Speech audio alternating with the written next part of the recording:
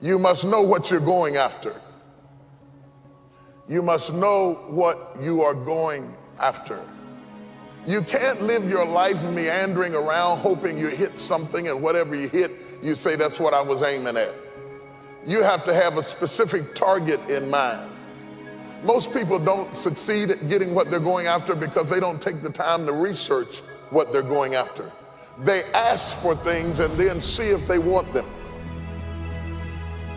But you have to be careful about that, because if you ask for something, you might get it. You need to be sure that that's what you want to see happen in your life. Know what you're going after. So before you go after it, ask God, is it yours? Because if it's not yours, then the only reason you're going after it is because it looked good on somebody else. You begin to covet what belongs to somebody else. Most people want everything they see somebody else with. They buy clothes that don't look good on them. They wear hairstyles that don't look good on them. They buy houses they can't afford because they're trying to keep up with somebody else. But if you really want to be a winner, if you really want to come off as successful, if you really want to be bright, only go after things that are meant for you to have. It will make you look successful. And what makes you look bright is when you pick your battles. There are some things that you don't fight because that's not your fight. You don't get into that thing. You don't pick those battles. You don't covet what you see somebody else fight down because they're anointed to fight that. They can do that. You might not be gifted to fight that area, and you don't want to covet somebody else's battle or covet somebody else's success. Covet, and the other word I want you to think about is the word envy, because envy is the attitude that you have about other people's success. And the quickest way to stop being envious of other people's success is to know that everything in your life is preparing you for that thing, that there are in your life defining moments. This is a critical issue. There are in your life defining moments, moments that if you handle properly, they are pivotal points that change your life for a lifetime. It is at these moments that if you know what you're going after, everything that you went through before is justified in preparing you for these defining moments. Know what you're going after. Be clear about your direction. Don't wake up in the morning and see if something's going to happen. Wake up in the morning to make something happen. Get up out of the bed with an agenda. Oh, I lost half of you on that. Because you're just so happy that you got up. You don't care what does happen. You say, well, at least I'm up. But people who get up like that, nothing does happen. And the days turn to weeks. And the weeks turn to months. And the months turn to years. Years of mediocrity is what causes people to be bitter. If you want to get around bitter and complaining people, get around people who are not seeing much activity. They're bitter, they're complaining, they're cynical, and they're jealous because nothing is happening. If you want to get around less gossip and less jealousy, get around successful, busy people. Because busy people don't have time to care what's going on in your life. I have no need to investigate what's going on in your life. I have so much going on in my own life that I'm not interested in what I heard that they said that you thought, that if I thought what you said that I didn't mean if you heard it. The only people who have time for that is people who are not doing anything. And they watch your life like it's a soap opera because they're living their life vicariously through you. What's going on in your life intrigues them because nothing is going on in their life. And if you want to stop that from happening to you, wake up in the bed and know what you're going after. Get up out of the bed with an agenda. When you have an agenda, you don't spend time worrying about how you feel because it doesn't make any difference how you feel. You woke up with something to do. Wash your face. Wash your face is a significant issue because it means literally don't let your past affect your present. Wash your face means wash everything off you that you collected along your journey and prepare yourself for where you're going. Wash your past off of you so that it doesn't pollute your present. You'd be surprised at the people who have ruined where they are with where they came from.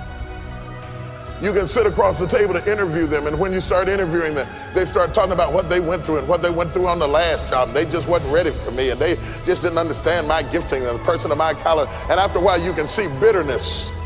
And the whole problem is, regardless of whether they went through a bad experience or not, the whole problem is they've never washed their face.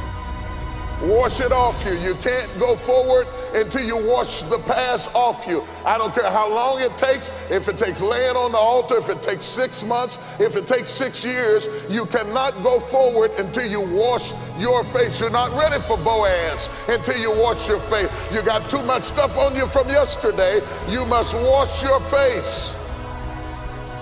Clinging issues from the past, residue that we can readily detect. I shouldn't be able to look at you and see your past on your face.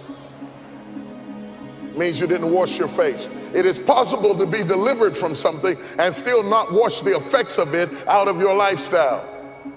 You'd be surprised at the people who can't figure out why their life is being polluted. They've actually been delivered. They've actually gone on in their life, but they fail to wash from their face where they came from, and they look like where they were, and so they're still penalized as if they were where they were. Even though they've come up higher, they didn't wash their face. You got to wash your past off of you, or you will forfeit your opportunity to go forward. And you'll be angry at people and upset at people, but people wouldn't be talking about you if you would just wash your face. But you haven't washed your face.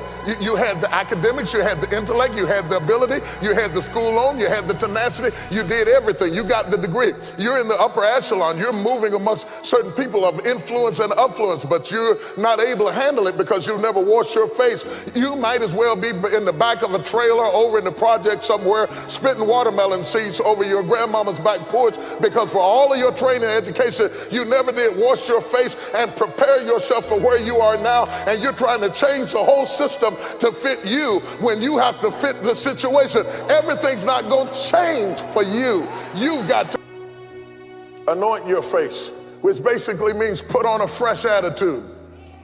Makeup does stuff. It brightened your countenance. It gave you a fresh, clean, glowing look. And that's what the anointing does. It gives you a glowing look. It gives you an effervescence. It gives you a sense of excitement. It gives you a positive attitude where you walked into a room glowing. Understand, this is something you have to put on. This is not you. You put it on. Our generation has a philosophy, keeping it real. And we think keeping it real means expressing everything you think. But keeping it real will keep you broke. It will keep you unemployed. It will keep you divorced, because people really cannot handle that. They don't want that. What they want from you is to come to work with your face glowing and walk up and say, "Good morning, may I help you today?" Because if you don't start changing your attitude, you will miss your altitude. Change your garments. Changing your garments means to prepare for something that hasn't even happened yet. And if you do this, you will look ridiculous where you are, because you are prepared for where you're going. Though you're not where you're going yet, you're already prepared for something that hadn't happened yet. Well, why would you do that? Because when it does happen, you won't have a chance to get ready. You're going to have to be ready when it does happen. Am I talking to anybody? And the other thing you have to understand is anytime you get ready for something that hadn't happened yet, you feel out of place with what is happening. You need to prepare in the direction that you're going in. I ought to be able to look at your preparation and see your destination. Your destination needs to be on you right now. Understand, my brothers and sisters, that when you do put it on, there's going to be a certain amount of peer pressure where people start treating you differently where you are because you're dressed for where you're going. But let them stare. It's worth them staring to be prepared. It hadn't happened yet, but I'm dressed for it. I'm ready for it. I'm learning about it. I'm ready to do it. I'm ready to walk into it. I'm ready to receive it. I'm practicing on being blessed. I'm getting ready for it right now. When it does happen, I'll already have my stuff. When it does happen, I'll already be in place. You ought to be ready right now for things that your eyes haven't seen and your ears haven't heard. You ought to be so ready that people who knew you before ought to be confused by what you're doing right now. You have to own your own happiness. Take it away from other people demanding that they make you happy. Your kids are not going to make you happy. Your spouse is not going to make you happy. A big house is not going to make you happy.